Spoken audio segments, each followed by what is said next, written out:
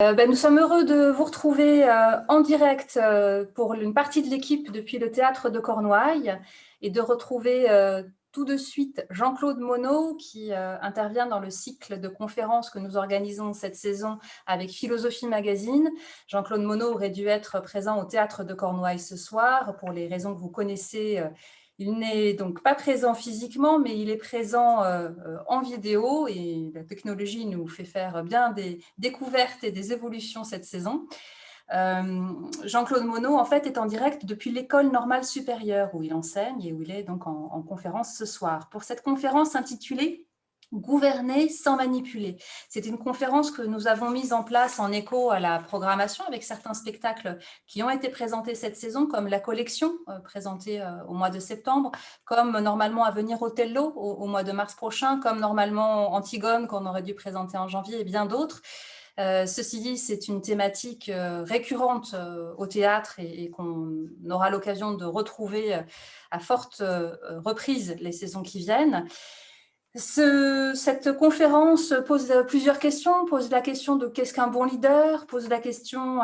de savoir si on peut exercer un pouvoir politique puissant sans manipuler les foules, pose enfin la question de savoir si un chef peut être réellement charismatique sans en être pour autant démagogue. Voilà toutes les questions que nous avons eu envie de poser à Jean-Claude Monod qui va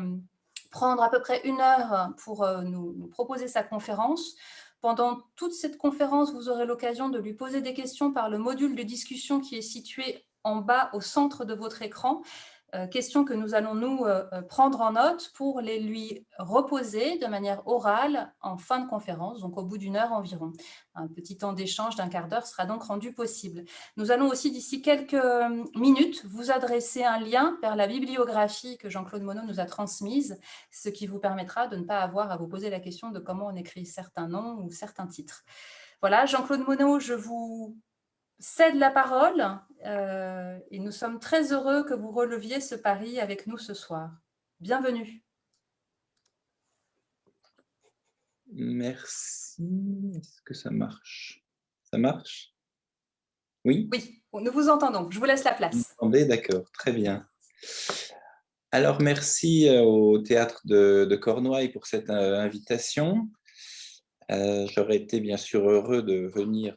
à Quimper, mais donc, vu les circonstances, c'est moi qui, en quelque sorte, vous accueille dans mon petit bureau de la rue d'Ulm à Paris.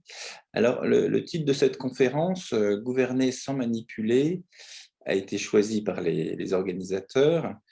en écho peut-être à une émission à laquelle j'avais participé l'an dernier sur France Culture et qui s'intitulait « Gouverner sans dominer » ou le difficile héritage du libéralisme. Alors, ce titre même avait été donné par la chaîne de radio, donc cette formulation n'est pas la mienne, mais donc j'ai pris ces mots « gouverner sans manipuler » comme point de départ. Alors, si l'on cherche à définir ce que gouverner veut dire, on est renvoyé à quelque chose comme une direction, à l'orientation qu'un individu ou un groupe donne à un autre groupe d'individus, à une organisation ou à un peuple. On sait que le mot vient du latin gubernare, lui-même issu du grec kubernan, qui fait référence au gouvernail du navire, et donc ainsi à celui qui, bien sûr, qui tient le gouvernail, qui tient la barre et décide ainsi de la direction de l'itinéraire à suivre pour arriver à bon port. Et d'ailleurs, c'est sans doute le premier usage du terme en grec, cet usage maritime qui a produit, notamment chez Platon, le sens général et politique du gouvernement de la cité, mais aussi tout un questionnement éthique et politique sur le gouvernement de soi et le gouvernement des autres, le gouvernement de ses propres passions, et le gouvernement de la cité, etc. Alors maintenant, manipuler, bon, si on cherchait à le définir, ce serait justement dévier peut-être cette opération de guidage en trompant délibérément l'équipage, le groupe, le peuple, et en ayant en vue donc plutôt des intérêts particuliers que l'intérêt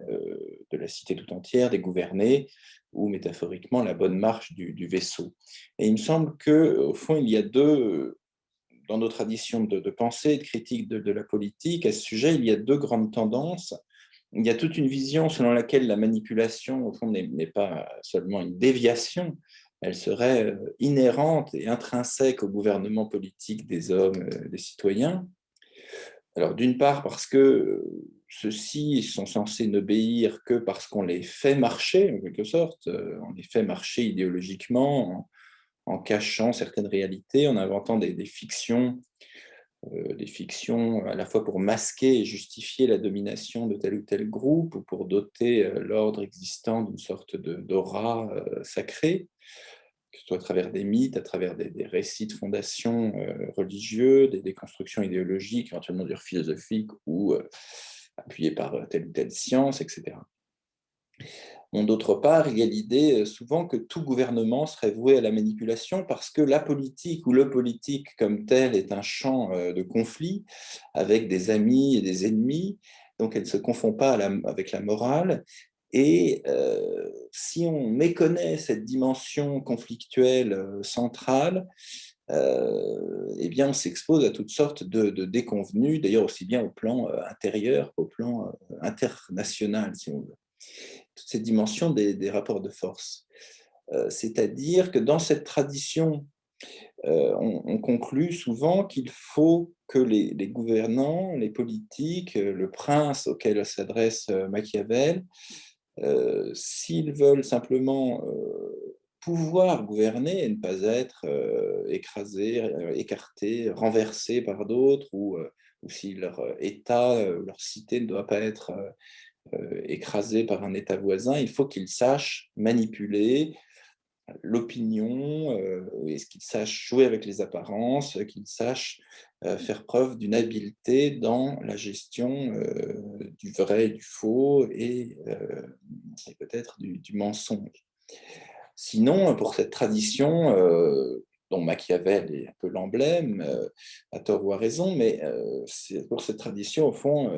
mieux vaut ne pas faire de politique si on n'est pas prêt à s'engager dans ces jeux complexes de force et de manipulation. Tradition donc qu'on a pu justement qualifier de machiavélienne, parfois de néo-machiavélienne, parce qu'elle a trouvé d'autres expressions dans la sociologie du XXe siècle, par exemple, ou dans la science politique. Et alors, bien sûr, on peut se demander si cette tradition-là est réaliste, simplement. Elle invite à considérer la réalité de la politique, ce qu'on appelle d'ailleurs en allemand la réelle-politique, hein, à éviter donc tout idéalisme et toute naïveté, ou si elle est cynique, au fond, et si elle encourage un certain type de comportement dont il faudrait plutôt se défaire. Et alors, ce serait donc plutôt la seconde tradition. Dans la seconde tradition, on considérera qu'on peut et qu'on doit malgré tout chercher à faire en sorte que gouvernement ne rime pas avec manipulation et ne se réduise pas donc à une domination, que le gouvernement donc s'exerce dans le sens de l'intérêt des gouvernés. Et ici, le lien entre la politique et la manipulation serait certes toujours possible, hein, mais on aurait et on a l'espoir, voire le devoir peut-être de desserrer ce lien, de dépasser ou de limiter les tendances de gouvernement fondées sur la dissimulation, le mensonge, d'autant que ces tendances servent souvent à masquer des abus, des détournements, justement, de formes de corruption, donc de détournement du gouvernement à des fins particulières, le dévoiement de la démocratie en oligarchie, etc. Alors cet espoir même donc, de dissocier politique et manipulation, de dissocier gouvernement et manipulation, a pris des formes extrêmement variées. Et je crois qu'on est à nouveau, enfin toujours un peu dans cette situation de se demander si cet espoir est lui-même naïf ou s'il est nécessaire. De se dire, ben voilà, c'est simplement naïf et il serait bon d'être lucide et donc d'éviter tout optimisme mal placé. Mais est-ce que ça doit aller jusqu'à entériner l'idée que tout gouvernement serait et sera toujours nécessairement manipulateur et mensonger? Et est-ce qu'on ne risque pas ici, dans ce cas-là, de niveler les régimes politiques, les formes politiques, d'abandonner le champ politique à n'importe quel aventurier, alors que, bon, ne serait-ce que le XXe siècle, au moins, a montré jusqu'à quelles conséquences extrêmes pouvait porter la manipulation de masse, la propagande, bien sûr, jusqu'aux formes totalitaires de pouvoir, jusqu'au génocide, aux guerres mondiales, etc. Donc, est-ce qu'on peut, et aussi bien sûr dans la situation présente, est-ce qu'on peut essayer aussi de favoriser une forme de gouvernement qui fonderait quand même son action sur la considération de vérité, de certaines vérités, par exemple des vérités scientifiques, quant à l'avenir écologique de la planète, par exemple, et de l'humanité au climat. Donc voilà, c'est cette question bon, qui est très générale, mais qu'on trouve et que je vais essayer de reparcourir parce qu'on la trouve, au fond, là aussi, dès le début de la philosophie. Comme je le disais à l'instant, une des plus anciennes élaborations théoriques de l'idée de gouvernement se trouve en Occident, en tout cas, se trouve dans la philosophie politique de Platon. Et dans La République, livre bon, bien sûr fondateur pour la philosophie politique, ligne 488 et suivante, on trouve justement cette longue métaphore filée du pilotage, mais de façon assez complexe. Donc, je vais juste essayer de la restituer. Platon nous invite à nous représenter donc un navire, et sur ce navire, une sorte de géant, un homme très fort, dit-il, mais est plutôt bon d'ailleurs, dans le fond, mais, dit-il, un peu sourd, un peu myope, et qui a en matière de navigation des connaissances aussi courtes que sa vue. Donc voilà, quelqu'un qui n'est pas foncièrement mauvais, et c'est lui qui tient le gouvernail, mais, dit Platon, autour de lui, il y a des hommes qui s'activent pour lui prendre le gouvernail des mains par toutes sortes de ruses, en le flattant, en le trompant, en prétendant qu'aucune connaissance n'est nécessaire pour gouverner. Aucun de ces hommes ne possède ce que Platon appelle une kybernétique techné. On entend une technique cybernétique, mais au fond, ce serait une traduction trop littérale, c'est plutôt un art de gouverner fondé sur une vraie connaissance.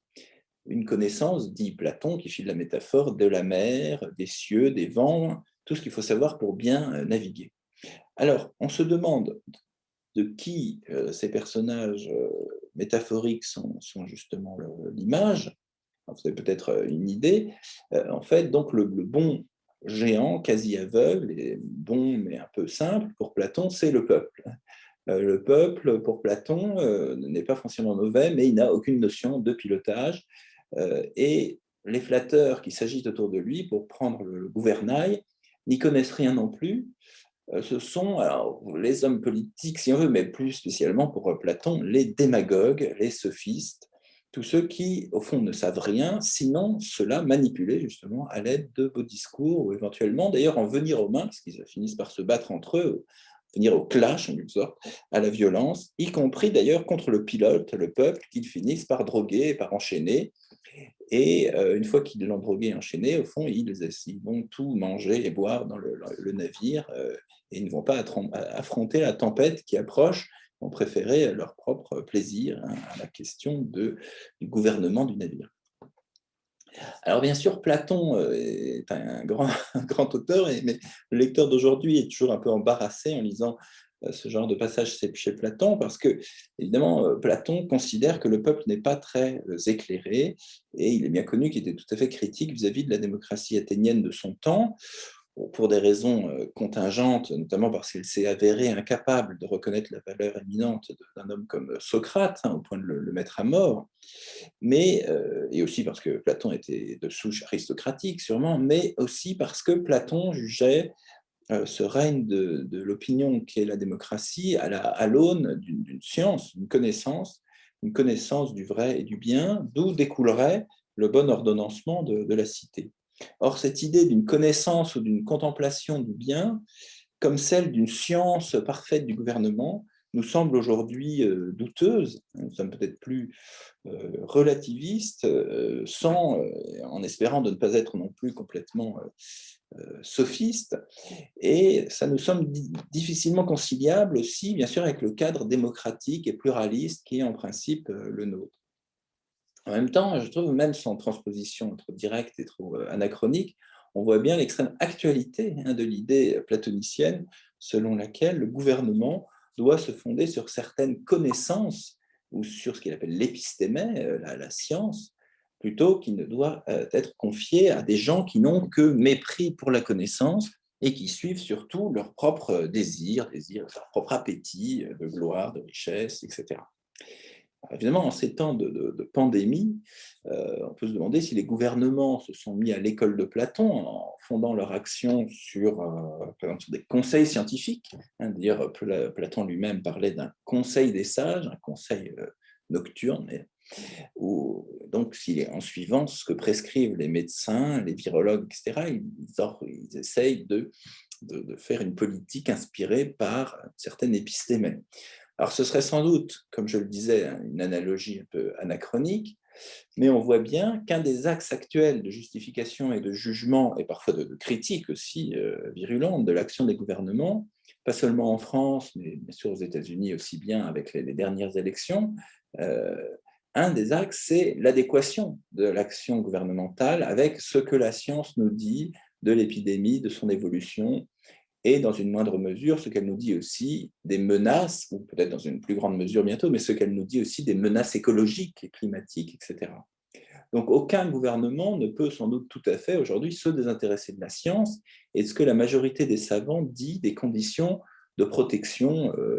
vitale de la population. C'est aujourd'hui vu comme des fonctions premières des États et des gouvernements. Ça a peut-être toujours été dans une certaine mesure, mais aujourd'hui, on est dans ce contexte qu'un anthropologue et médecin, j'ai mis tous ces noms dans la bibliographie, qui s'appelle donc Didier Fassin, ce qu'il appelle la biolégitimité des gouvernements, c'est-à-dire le fait qu'aujourd'hui,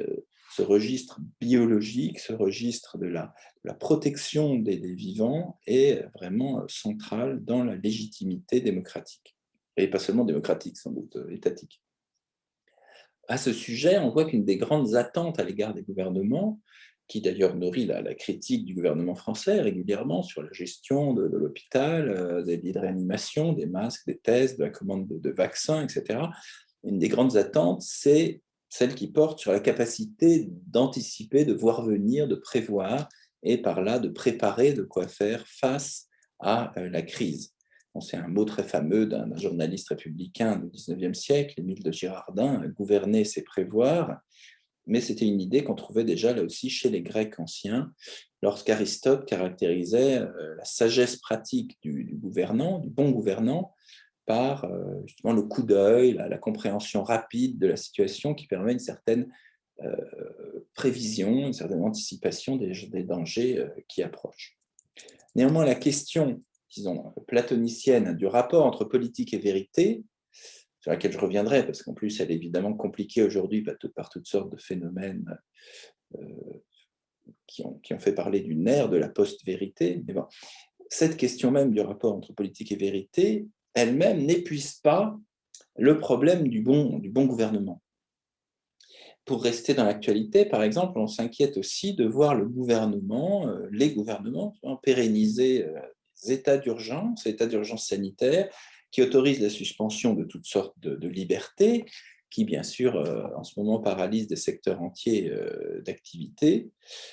Mais on s'inquiète aussi de la concentration de la décision et de la délibération dans le seul pouvoir exécutif, appuyé sur un conseil scientifique en l'occurrence, mais sans travail délibératif, sans transparence des discussions, avec donc des décisions qui tombent d'en haut, ce qui apparaît fatalement aussi comme un recul de la vie démocratique au plan du partage des pouvoirs, une sorte de gel. Alors, je n'entrerai pas ici dans le débat pour savoir si ce recul est évitable ou non en temps de pandémie, et c'est un autre débat, s'il est plus prononcé en France qu'ailleurs, en tout cas dans d'autres démocraties, parce qu'en Chine, les mesures ont été beaucoup plus coercitives, s'il est proportionné, etc. Mais on voit bien qu'interviennent ici, pour l'appréciation d'un gouvernement, d'un bon gouvernement, d'autres critères que ceux de la vérité, ceux aussi donc du jugement, de la proportion, de l'association des citoyens à la décision. Et alors, par exemple, dans un journal anglais qui a fait une sorte de classement des réactions des pays à la pandémie, vous avez vu sans doute ces jours-ci que la France avait rétrogradé, elle était passée du rang de démocratie pleine et entière à démocratie défaillante. Donc, voilà, il y avait un jugement assez critique sur, non pas le confinement comme tel, par exemple, mais le fait qu'il ait été plus punitif qu'ailleurs, etc. Et le faible contrôle de l'exécutif par d'autres instances, par l'instance parlementaire, etc. Alors, on a donc ces dimensions, ces attentes qui ne portent pas seulement sur la vérité, mais aussi sur, disons, l'association des citoyens, le contrôle des citoyens vis-à-vis du pouvoir. Et là aussi, c'était une approche, une question qu'on trouvait tout à fait en Grèce ancienne, mais pas trop chez Platon, plutôt dans la démocratie athénienne elle-même et chez Aristote, par exemple, qui thématise cette dimension de la constitution, de la bonne constitution. C'est pour lui une constitution dans laquelle on est alternativement gouverné et gouvernant. Donc il y a une certaine rotation dans l'exercice du pouvoir, une circulation. Le pouvoir n'est pas confisqué par un groupe, il y a une rotation des charges, alors qui passait même non seulement par l'élection, mais par le tirage au sort en Grèce. Et donc, il y a l'idée qu'un pouvoir, un bon pouvoir, est un pouvoir où il y a une circulation, où on est alternativement aux affaires et citoyens. Et donc, à l'approche platonicienne, qui pose plutôt la question de l'art de gouverner par le haut, si on veut, on peut opposer une politique par le bas qui travaille plutôt à faire circuler le pouvoir et à penser comment chacun peut y prendre part ou comment chacun peut s'opposer aux abus de pouvoir, comment chacun peut s'associer davantage à la délibération et devenir, comme le disait Kant, philosophe allemand des Lumières, devenir co-législateur et pas seulement sujet. Donc ça recouvre là tout un courant, bien sûr, de la philosophie, depuis, disons, les Lumières, jusqu'aux théories contemporaines de la démocratie participative ou délibérative, voire de renouvellement de formes de démocratie directe. Mais cela renvoie aussi à toute une série, donc pas seulement de théories, mais de mouvements pratiques, de pratiques qui essayent à la fois de contester, et parfois de se révolter contre des formes de pouvoir, mais aussi qui essayent d'expérimenter des formes alternatives d'autogouvernement, soit à des échelons divers, qui peuvent aller de communes jusqu'à la question de l'autogouvernement du peuple, qui est évidemment au principe de la réflexion démocratique. Alors, même si, évidemment, il est très immodeste de se citer soi-même après avoir cité Platon ou Machiavel, mais donc moi-même, j'ai essayé de reprendre un peu ces deux perspectives dans deux livres, l'un qui s'intitule « Qu'est-ce qu'un chef en démocratie ?» et l'autre qui s'intitule « L'art de ne pas être trop gouverné ». Alors, dans le premier, j'ai essayé de m'interroger sur la compatibilité ou non, voire l'utilité ou non, de la figure d'un chef avec la démocratie ou dans la démocratie. Alors, je ne vais pas du tout restituer l'argumentation, mais disons, cette compatibilité me paraît concevable. Il y a eu dans l'histoire des figures charismatiques, pas seulement d'ailleurs des chefs d'État, il faut élargir la question à des chefs de mouvements divers,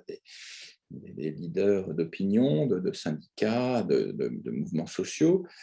qui ont été plutôt des figures libératrices, qui ont porté des revendications collectives, dans le sens de plus d'égalité, ou plus justement d'association de parties de la population exclues de la conversation publique, ou qui ont réclamé bien sûr des droits pour des minorités, qui ont participé à la fondation éventuellement d'États démocratiques ou à des transitions vers la démocratie après la chute de régimes dictatoriaux, de régimes racistes ou totalitaires.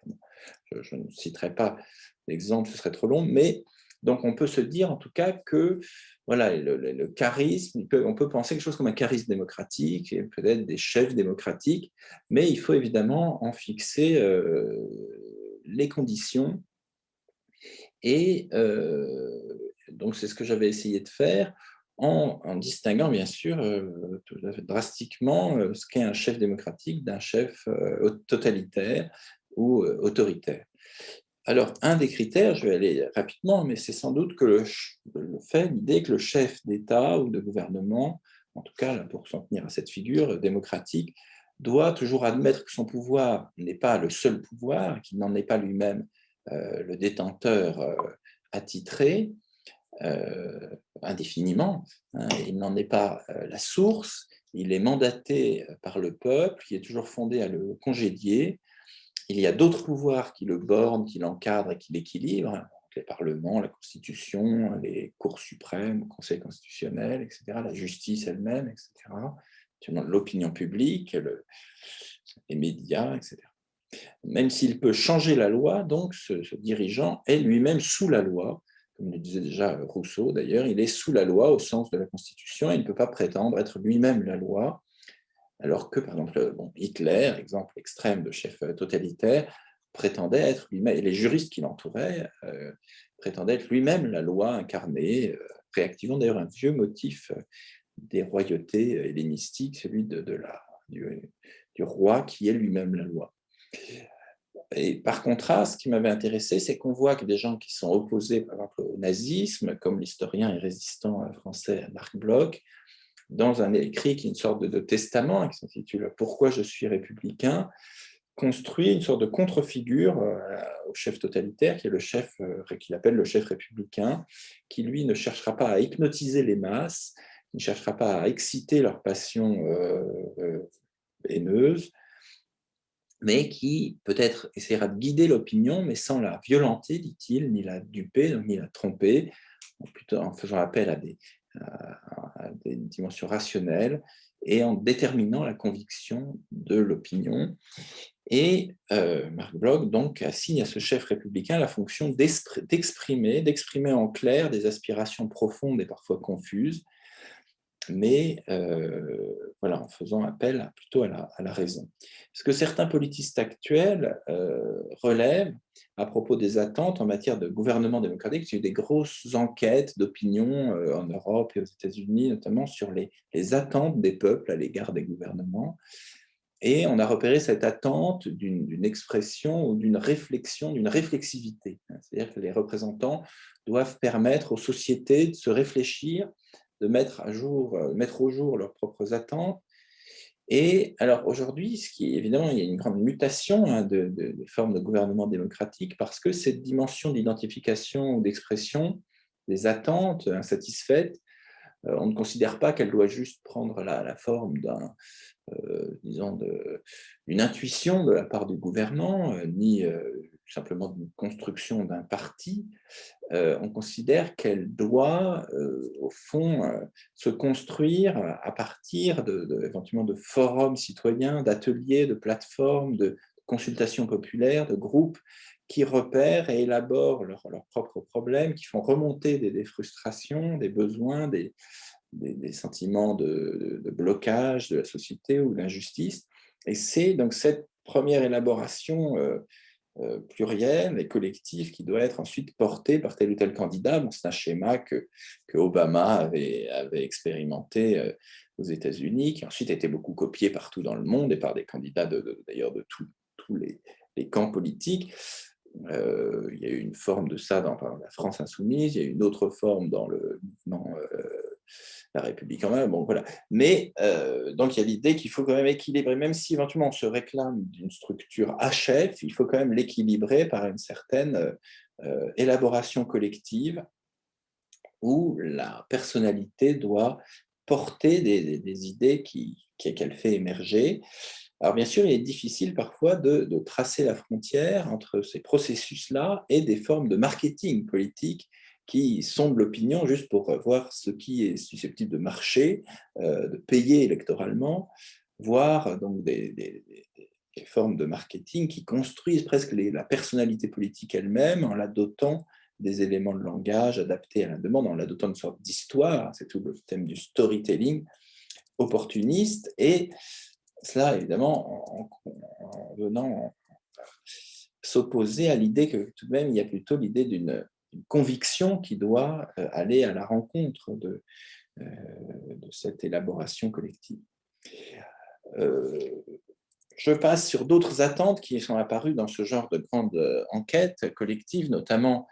l'attente d'une certaine proximité, enfin, je les énonce très rapidement, il y a aussi une attente de proximité à l'égard des conditions ordinaires du peuple, c'est-à-dire l'idée que le gouvernement démocratique ne doit pas être complètement dans sa tour d'ivoire, bien sûr. On a pu aussi parler d'une attente d'empathie, notamment dans la période récente avec le Covid, en observant d'ailleurs même si c'est un terrain glissant, hein, parce qu'on peut assigner comme ça aux différents sexes, aux différents genres des traits essentiels, mais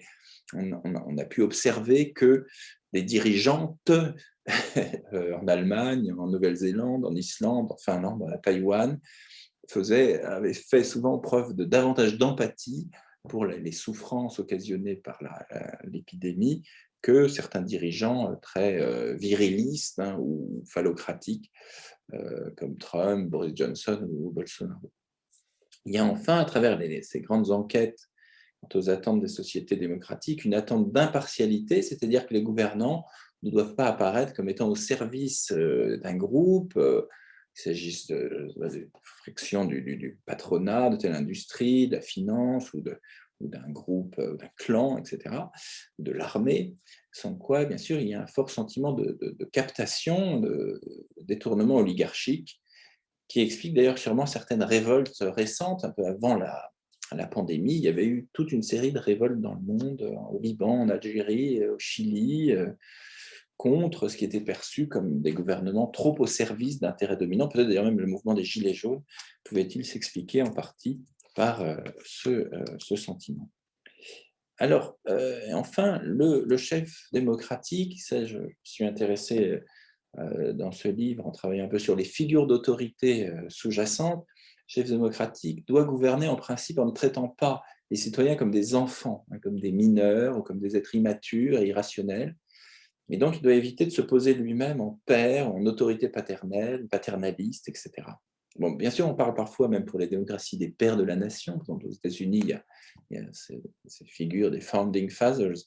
Mais il s'agit alors de figures du passé, de figures fondatrices, et alors qu'au présent, le chef démocratique n'est ni un père ni un roi, il n'est que le premier des citoyens, un citoyen qui assume pour un temps une fonction de représentation du peuple. Alors, bon, je n'approfondis pas ces points, mais on pourra, si vous voulez, y revenir dans la discussion. Concernant le deuxième volet, qui est un peu le symétrique inverse, hein, la politique plutôt par le bas, ou cette formule de l'art de ne pas être trop gouverné, c'est une formule que j'emprunte à un philosophe français du XXe siècle, dont l'influence reste très prégnante, hein, dans le champ de la pensée critique contemporaine, non seulement en France, mais dans le monde, puisque d'après les statistiques des citations en sciences sociales dans le monde, il serait même l'auteur en sciences humaines le plus cité au monde actuellement, à savoir c'est donc un Français, voilà, Michel Foucault. Alors, la réflexion de Foucault présente une évolution notable et intéressante, puisqu'on peut dire que Foucault a d'abord été connu, enfin, est d'abord connu pour s'être intéressé non pas au gouvernement politique, mais disons au pouvoir, ou au pluriel, à ce qu'il a pu appeler des mixtes de pouvoir et de savoir, des mixtes de pouvoir et de savoir à partir d'institutions qui avaient toute une dimension d'enfermement. C'est l'hôpital général de l'âge classique, c'est l'asile d'avant peut-être les mouvements de réforme de l'asile, c'est la caserne, l'usine, et bien sûr, dans Surveiller et punir, le livre le plus connu de Foucault, la prison. Alors ici, le pouvoir était approché comme ce qui assujettit, ce qui classe déjà les individus, les corps, et dresse les corps des fous, des prisonniers, et ce qui vise à agir aussi sur leur âme indirectement pour les redresser, les guérir, les requalifier comme sujet de droit ou sujet rationnel. Et donc Foucault parle alors d'une multiplicité de relations de pouvoir qui passent, dit-il, à l'intérieur des corps via les disciplines. Or, 20 ans, ils ont après justement Surveiller et punir, dans la deuxième moitié des années 1970, où Foucault se dit qu'il est allé un peu vite en besogne et il se met à s'intéresser à la thématique justement du gouvernement, ou de ce qu'il appelle d'un néologisme la gouvernementalité, pour désigner quelque chose qui dépasse la figure restreinte du gouvernement politique et étatique, mais qui n'est pas simplement cette dimension de la discipline, de la prise sur les corps. Puisque gouverner, dit-il à ce moment-là, c'est conduire la conduite des autres, c'est structurer leur champ d'action possible, mais c'est quelque chose de plus souple que la discipline ou le pouvoir, en ce sens qu'il s'agit d'agir sur, mais aussi d'agir avec des libertés, de jouer avec des libertés sans les réduire immédiatement. Donc, c'est un rapport potentiellement instable et réversible. Et de ce fait, d'ailleurs, tout gouvernement, au sens large, tout dispositif de gouvernementalité, comme dit Foucault, peut entrer en crise. Alors Foucault, dans ses cours au Collège de France, des années 77 à 79, a justement analysé différents exemples historiques de crise de gouvernementalité, depuis les révoltes autour du pastorat chrétien, autour de l'Église et du salut au XVIe siècle, les mouvements de réforme plus ou moins radicales, jusqu'à la mise en cause du poids de l'État dans la vie privée des individus, ou des groupes minoritaires ou non, au XXe siècle. Alors, je ne vais pas m'attarder sur ces crises, juste je reviendrai sur un peu les dernières crises qui nous amènent peut-être à la crise actuelle de gouvernementalité, puisqu'il me semble qu'on est quand même aussi dans un contexte assez instable. Alors, deux crises qu'évoque Foucault mettent en jeu un élément du titre, non pas de cette communication, mais de celle de l'émission de France Culture que j'ai citée tout à l'heure, à savoir le libéralisme. La crise de gouvernementalité que Foucault situe au moment des Lumières du XVIIIe siècle donne naissance au libéralisme et à une politique moderne, parce qu'elle naît donc de la crise du despotisme et de la mise en cause d'un certain excès de l'État monarchique. Alors, bon, classiquement, on approche le libéralisme originel comme une réaction de la bourgeoisie aux privilèges aristocratiques, à la monarchie absolue et à ses tendances arbitraires, despotiques, justement, selon les philosophes des Lumières. Mais c'était plutôt un autre aspect qui intéressait Foucault, c'est que la critique émise par le courant, les représentants de ce qu'on appelle l'économie politique, qui estiment, eux, que les interventions du pouvoir royal dans l'économie sont néfastes, sont contre-productives, avec notamment toute une controverse autour du prix du grain, pour savoir s'il faut que l'État, le roi, fixe lui-même le prix du grain, et si ce n'est pas en fait ça qui fait qu'il y a des famines. Et alors, on se met alors à penser, estime Foucault, que la société est largement capable de s'organiser toute seule. La société, ce serait l'invention capitale du XVIIIe siècle. Et on se met aussi à se dire qu'il est plus intelligent, moins coûteux, dans tous les sens du terme, de laisser la société, en particulier l'économie, le marché, s'autoréguler, que donc les producteurs fixent eux-mêmes les prix, et que c'est même comme ça qu'on évitera justement des famines qui arrivent quand l'État veut fixer autoritairement les prix. Donc, on essaye de calculer, au fond, le niveau de l'action du gouvernement, le niveau pertinent d'action de l'État, de la façon la plus efficace, mais au moindre coût. Alors, donc ça, c'est un paradigme très important, mais la troisième crise de gouvernementalité qui intéresse Foucault, même s'il y en a eu bien d'autres, mais c'est quand même celle sur laquelle il se concentre, c'est celle qui éclate vers justement les années 1970, vers la fin du XXe siècle, même si elle se prépare dès les années 20,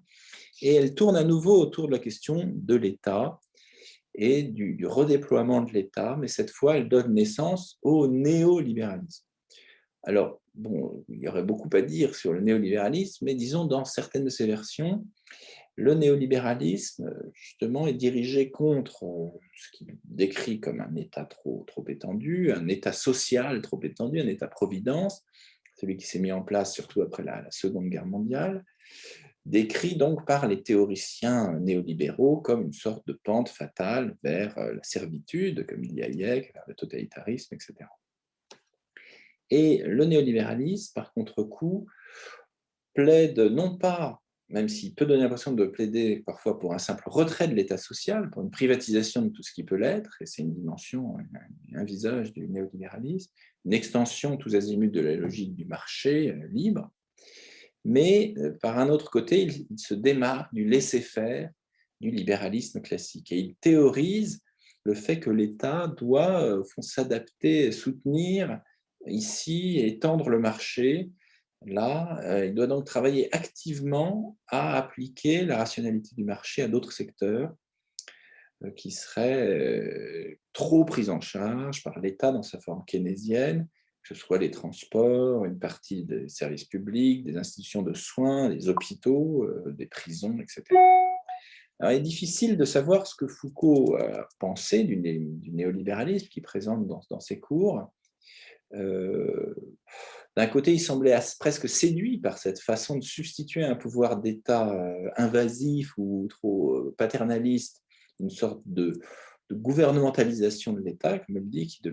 l'État devient une variable qui se retire de secteurs entiers de la vie sociale et auquel on préfère substituer des mécanismes éventuellement de contrôle indirect, d'incitation économique, etc.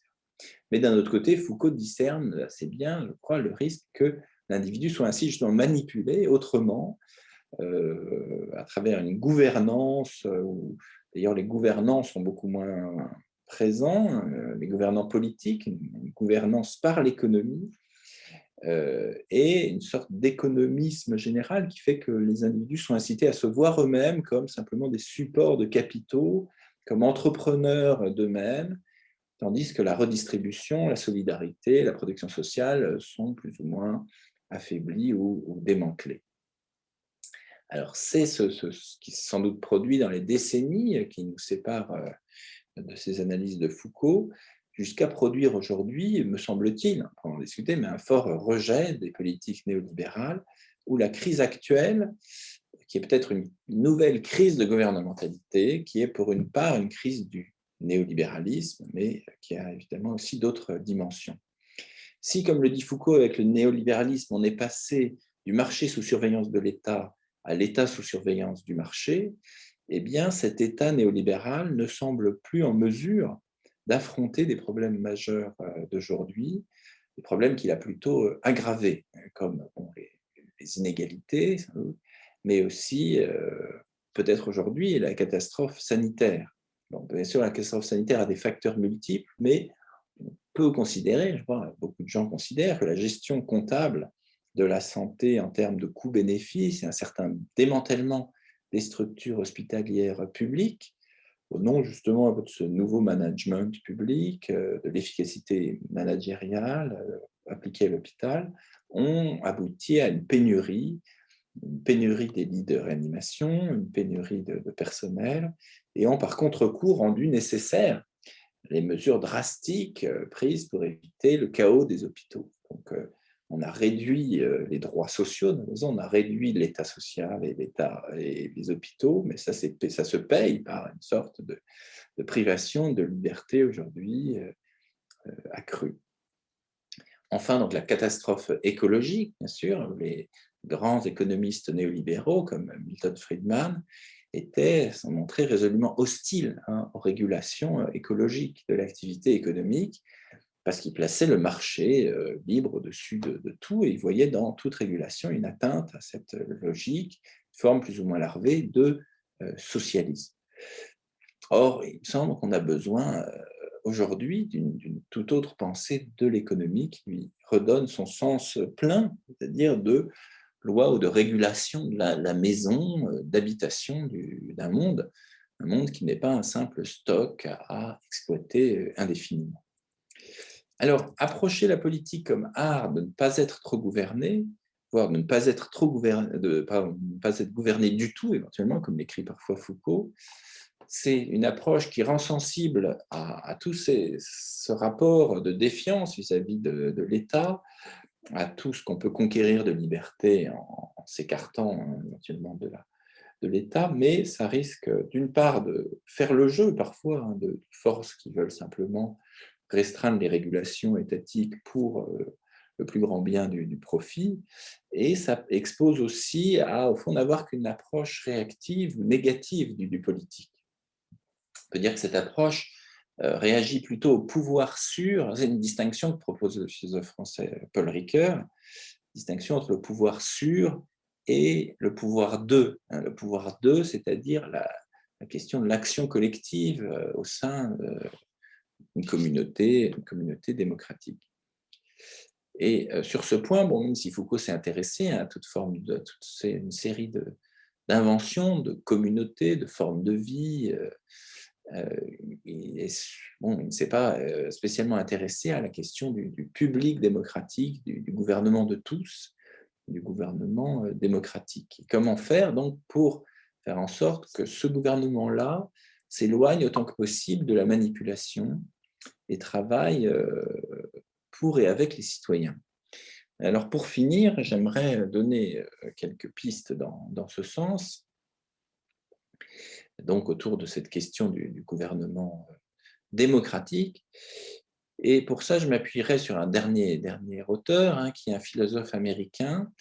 Alors, un philosophe qui avait d'ailleurs débattu avec les premiers représentants du néolibéralisme aux États-Unis et qui s'appelle John Dewey. Alors, ça se prononce Dewey, mais ça s'écrit, alors la bibliographie a dû être fournie, ça s'écrit D-E-W-E-Y. Et c'est l'auteur de toute une série d'ouvrages, mais un de ses livres majeurs, qui était traduit en français, s'intitule Le public et ses problèmes. Le public et ses problèmes, qui est paru en 1927. Alors, en un sens, Dewey veut renouveler la question du rapport entre vérité et politique, mais en tenant compte des changements qui sont intervenus dans les deux domaines, et notamment en insistant sur une idée de la vérité qui est plutôt une vérité qui relève de l'expérience, de l'expérimentation. Ce n'est pas l'idée platonicienne d'une vérité qu'on pourrait contempler et appliquer, c'est plutôt une vérité pragmatique qui n'est pas révélée d'un coup, mais qui implique une enquête, un apprentissage par essai, par erreur, par mise à l'épreuve, discussion à partir d'informations, etc., sur un mode public. Et la démocratie, justement, pour Dewey, c'est ce régime qui doit reposer sur des enquêtes publiques, qui doit faire circuler l'information libre et favoriser des consultations qui confrontent les points de vue éventuellement scientifiques, mais aussi les points de vue des intéressés, et notamment de tous ceux qui sont potentiellement intéressés par les mesures que l'on va prendre, par les conséquences prévisibles pour les populations des mesures qui sont envisagées. Donc, pour Dewey, il faut toujours intégrer à la pensée du gouvernement la pensée des conséquences pour les populations des mesures et l'information des populations quant aux conséquences de ces mesures futures. Et pour lui, c'est ce que, disons, la société industrielle, le capitalisme, mais il n'y avait pas tellement non plus la forme soviétique du socialisme, c'est ce que ces régimes ont évité de faire, c'est-à-dire d'associer, de montrer aux populations les conséquences des mesures envisagées, de montrer les conséquences de l'activité économique pour les différents groupes, aussi bien en intégrant ce qu'on appelle en économie les externalités, c'est-à-dire les conséquences négatives, enfin les externalités négatives, conséquences en termes de pollution, de destruction, d'impact sur la santé, sur le bien-être, voire sur la survie même à terme des populations. Donc il y a toute cette question de l'intégration par les démocraties des conséquences des mesures qui sont prises ou parfois des développements économiques qui sont autorisés. Comme l'écrivait donc Dewey, il ne peut y avoir de... Alors c'est ce qu'il appelle le public, ce sont ou les publics, c'est-à-dire la population telle qu'elle est concernée par différents projets industriels, politiques, etc. Et Dewey écrit donc: il ne peut y avoir de public sans une publicité complète à l'égard des conséquences qui le concernent. Tout ce qui entrave et restreint la publicité limite et déforme l'opinion publique, entrave et dénature la pensée sur les questions sociales. Alors, Dewey parle ici positivement de publicité, là où peut-être à nos oreilles, publicité s'associe à une forme de communication mercantile, commerciale, la publicité au sens trivial, et aux techniques qui visent en un sens à nous faire acheter toutes sortes de choses dont on n'a pas besoin. Hein. On dirait que c'est une des fonctions de la publicité. Mais publicité telle que l'entend Dewey, un autre sens, c'est celui qui provient justement des Lumières, des révolutions françaises et américaines, et qui est synonyme d'espace public, d'exposition au grand jour des motifs et des effets probables de l'action gouvernementale, et donc ouverture à la critique publique, à la critique par les médias aussi des autorités. Mais on voit qu'on en revient ici à la question initiale. Est-ce qu'un tel espoir dans le public et la publicité ne sont pas naïfs aujourd'hui, notamment au regard des techniques de manipulation de l'opinion qui se sont fantastiquement développées et emparées notamment d'Internet, qui est un grand espace de publication, de publicité ouvert, mais qui est aussi certainement un grand espace de manipulation. On sait qu'aux États-Unis, c'est le neveu de Freud, de Sigmund Freud, du fondateur de la psychanalyse, donc c'est le neveu de Freud, Bernays, dont j'ai dû mettre le nom dans la bibliographie, c'est Bernays qui a été l'un des grands promoteurs, un grand publicitaire, un grand promoteur de la publicité, et qu'il utilisait justement des techniques psychologiques, psychanalytiques très fines pour vendre tout et n'importe quoi. Pour vendre, y compris, si on peut dire, pour vendre un homme politique au public, c'est-à-dire le faire élire. Et aujourd'hui, bien sûr, avec les techniques du storytelling, du ciblage des discours en fonction des données, des métadonnées qu'on peut trouver sur Internet, des données personnelles que les gens donnent spontanément sans savoir éventuellement ce qu'on va en faire, on a là des potentiels de manipulation absolument considérables qui permet en un sens d'agir sur l'inconscient même des individus, sur leurs désirs ou leurs frustrations ou leurs ressentiments éventuellement même cachés à eux-mêmes. Et on a vu dans les dernières années des campagnes qui ont utilisé des données recueillies via Facebook ou par d'autres réseaux sociaux, à l'insu des gens qui croyaient simplement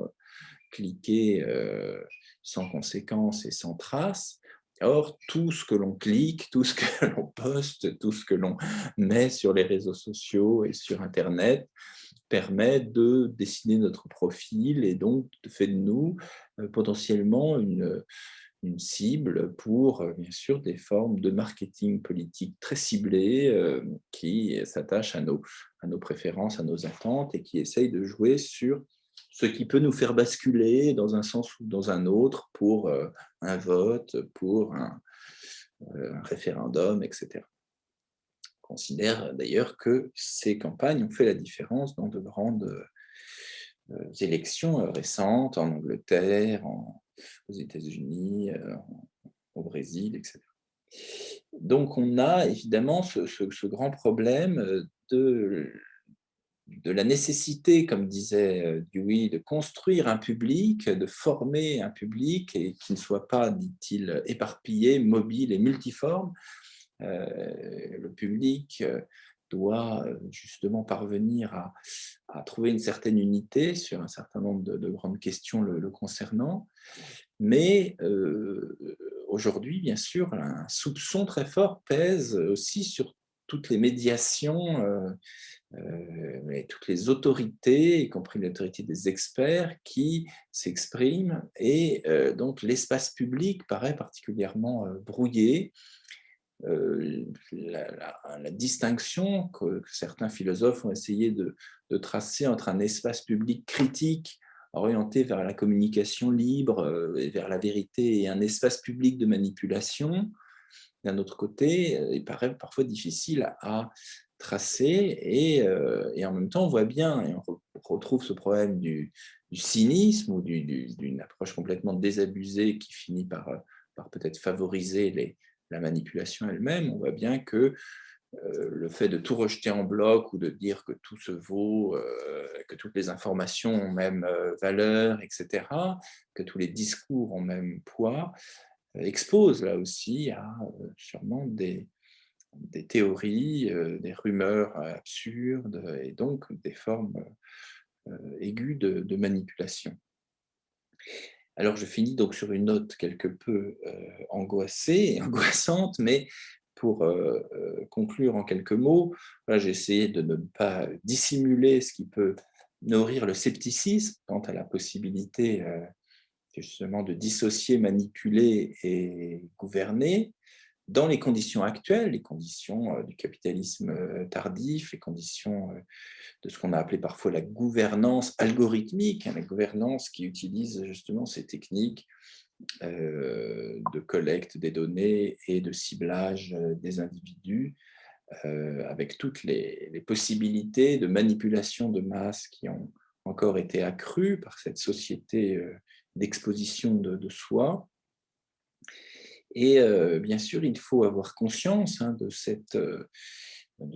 montée en puissance des capacités de manipulation, sans peut-être que cela ne ruine l'idée de possibilités d'action, de possibilités de formation de public qui, justement, développent, comme disait Dewey, des processus d'apprentissage et qui développent eux-mêmes aussi des informations sur les conséquences qui risquent de les concerner, des développements économiques, industriels, etc., écologiques, bien sûr. Donc, il y a, je crois, aujourd'hui, en parallèle, ce processus de formation de public et de déformation de public. Dewey écrivait en 1927 que le public, en un sens, n'existait pas encore, qu'il était dans un état d'éclipse, et que c'était le sens même de l'expérience démocratique de former continuellement le public, une sorte d'auto-formation qui est le corollaire pour lui de l'autogouvernement, et nous en sommes peut-être toujours là. Voilà, alors je vous remercie pour votre attention. J'ai essayé de ne pas dépasser l'heure qui m'était impartie, et je serai bien sûr heureux maintenant de répondre à vos questions ou objections, critiques, suggestions, etc. Merci. Merci beaucoup pour ce propos qui était très, très clair.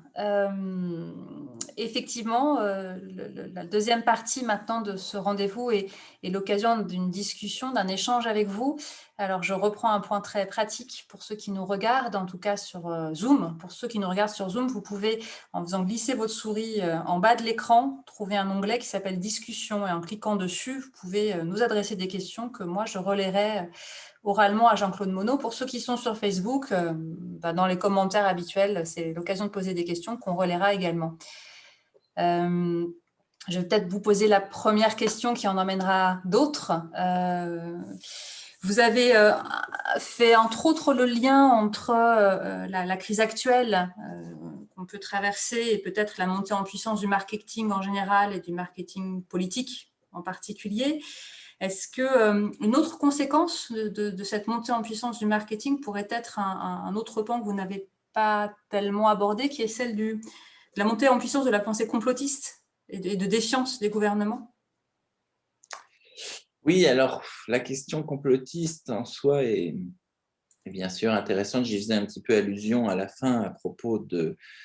au fond, d'une forme de défiance radicale peut-être à l'égard de ce qui se présente comme discours autorisé ou comme média officiel. Et on peut se dire qu'il est de bonne méthode, ou voilà, qu'il est plutôt sain de se méfier des discours officiels et même d'avoir une certaine distance avec la prétention des experts à régir la vie des individus. Néanmoins, on voit qu'il y a effectivement un point de basculement où cette défiance finit par rendre absolument indistinct les différents niveaux de preuves ou d'établissement des faits, où les faits même d'ailleurs deviennent des choses qui n'existent plus vraiment. Bon, c'est ce thème aussi de la post-vérité qui m'avait assez intéressé, où finalement, même des choses qui sont assez établies vont être considérées comme douteuses. Alors d'autant plus que, évidemment, parfois, des gouvernants eux-mêmes sapent la fiabilité ou la crédibilité des informations en circulation. Et c'est vrai que bon, il y a un développement actuel, alors qui n'est pas tout à fait neuf. Je crois qu'on a considéré que pendant la Révolution française, il y a eu un nombre extraordinaire de théories du complot en miroir, d'ailleurs, où tout le monde pensait que tout le monde était en train de fomenter un complot. Et aujourd'hui, c'est une des formes sûrement des expressions de la crise de gouvernementalité et de la défiance envers les gouvernants, qui prend une forme, malheureusement, qui n'est pas, disons, émancipatoire, mais qui est plutôt voilà, qui sape au fond la possibilité sans doute d'une discussion, d'une délibération, parce que pour pouvoir délibérer, encore faut-il s'entendre sur un minimum de faits, sur un minimum de réalités. Et si ces réalités-là ne sont pas acceptées, ou si des hypothèses aussi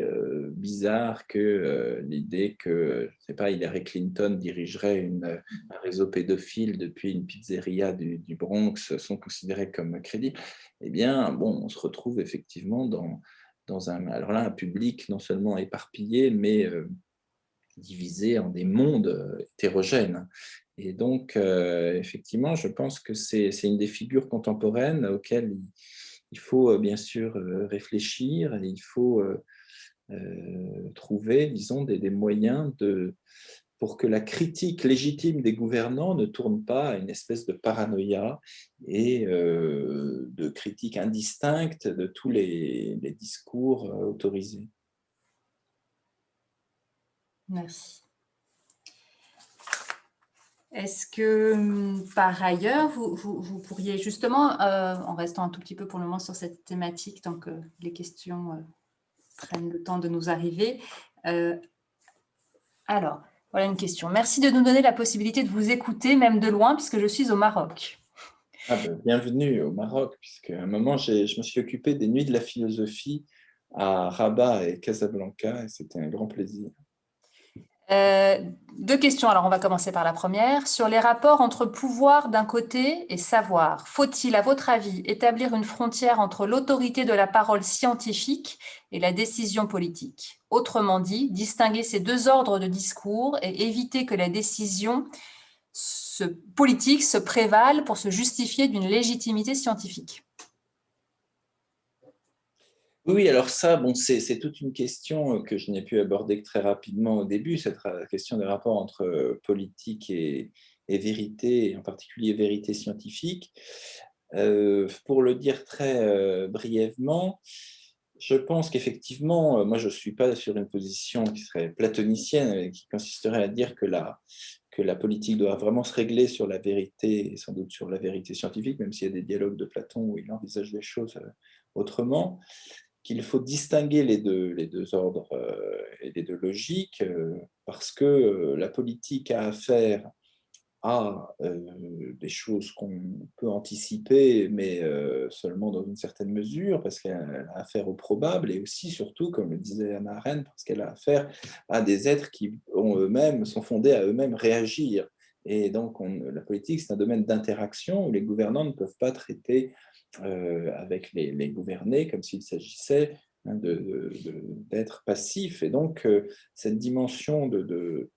réaction et en fait, qui est consubstantielle à l'action politique, fait qu'on n'a pas affaire ici à une forme de vérité qui peut être de nature scientifique.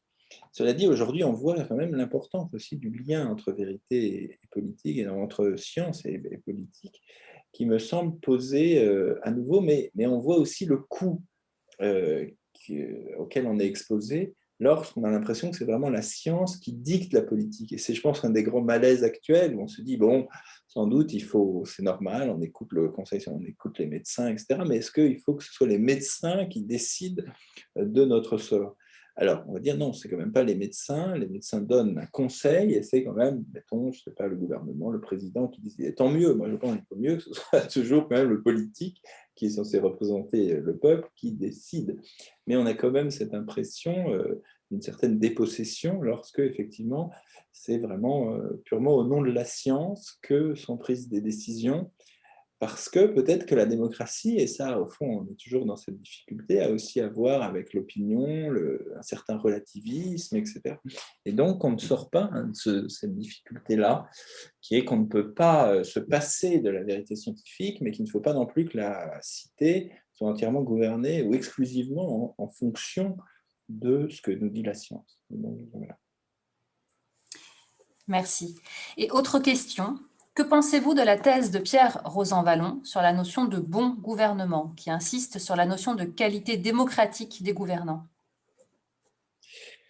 Merci. Alors, Pierre Rosanvallon, j'ai eu souvent l'occasion de le citer, de discuter, de discuter aussi d'ailleurs avec lui. Et bon, je faisais un petit peu allusion à ses travaux lorsque je parlais de ses attentes à l'égard des dirigeants démocratique, hein, l'attente de réflexivité, l'attente d'impartialité et l'attente de proximité, qui sont des thématiques qu'il a développées. Alors, pas dans son livre qui s'appelle Le bon gouvernement, mais dans son livre qui s'appelle La légitimité démocratique. Alors, effectivement, dans le bon gouvernement, Rosanvallon met en avant peut-être d'autres dimensions, d'autres critères. Et bon, moi, je suis en partie d'accord avec ces développements, notamment d'ailleurs avec l'idée aussi qu'il faut non pas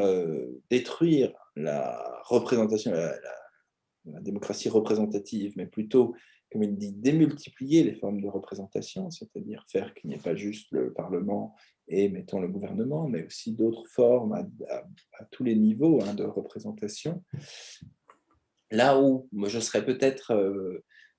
un peu en divergence avec sa vision, c'est que il me semble qu'il fait peut-être trop place à justement des instances non élues, à des logiques plutôt de haute administration, là où moi je reste assez sensible à l'idée peut-être voilà, à la fois du charisme et éventuellement de la souveraineté populaire qui doit s'exprimer aussi dans des formes où elle peut s'énoncer assez directement. Il y a une méfiance qui est très sensible dans le dernier livre sur le populisme, une grande méfiance envers tout leader qui aurait tendance à dire « je suis le peuple ». Alors, on peut se méfier, il y a des gens qui disent « c'est moi le peuple », si vraiment ils prétendent être le peuple. En revanche, l'idée de rendre le pouvoir au peuple, hein, dans cette thématique, je trouve qu'on ne peut pas juste la congédier comme populiste. Je pense qu'il faut aussi voir ce qu'elle exprime de sentiment de dépossession démocratique, y compris de pouvoir excessif d'instances non élues, que ce soit au plan européen ou au plan national. Écoutez, merci pour ces réponses claires. Je ne sais pas si une dernière question nous arrive d'un réseau ou de l'autre, mais je ne crois pas. Je vous remercie grandement de nous avoir permis de renouer avec ce cycle de conférences que nous avions dû interrompre pour les raisons qu'on connaît et qu'on a pu reprendre avec vous et sur une thématique d'une grande richesse et votre propos était d'une grande clarté. Merci. Voilà, ravi. Nous allons pouvoir maintenant les uns et les autres braver le couvre-feu mais sans manipuler le Les gens étaient chez gouvernement, eux. puisque ce sera pour de vraies raisons et Les des gens étaient raisons chez eux. hautement philosophiques. Merci encore, merci à ceux qui nous ont Merci à suivis vous. sur Zoom et sur Facebook. Cette conférence était enregistrée, donc nous pourrons la rediffuser à l'occasion et j'ai des remerciements qui nous arrivent sur le fil de discussion et donc je vous transmets. Eh bien, Bonne merci soirée à à tous. tous ceux qui ont suivi et aux organisateurs, bien sûr. Merci. Au revoir. Au revoir.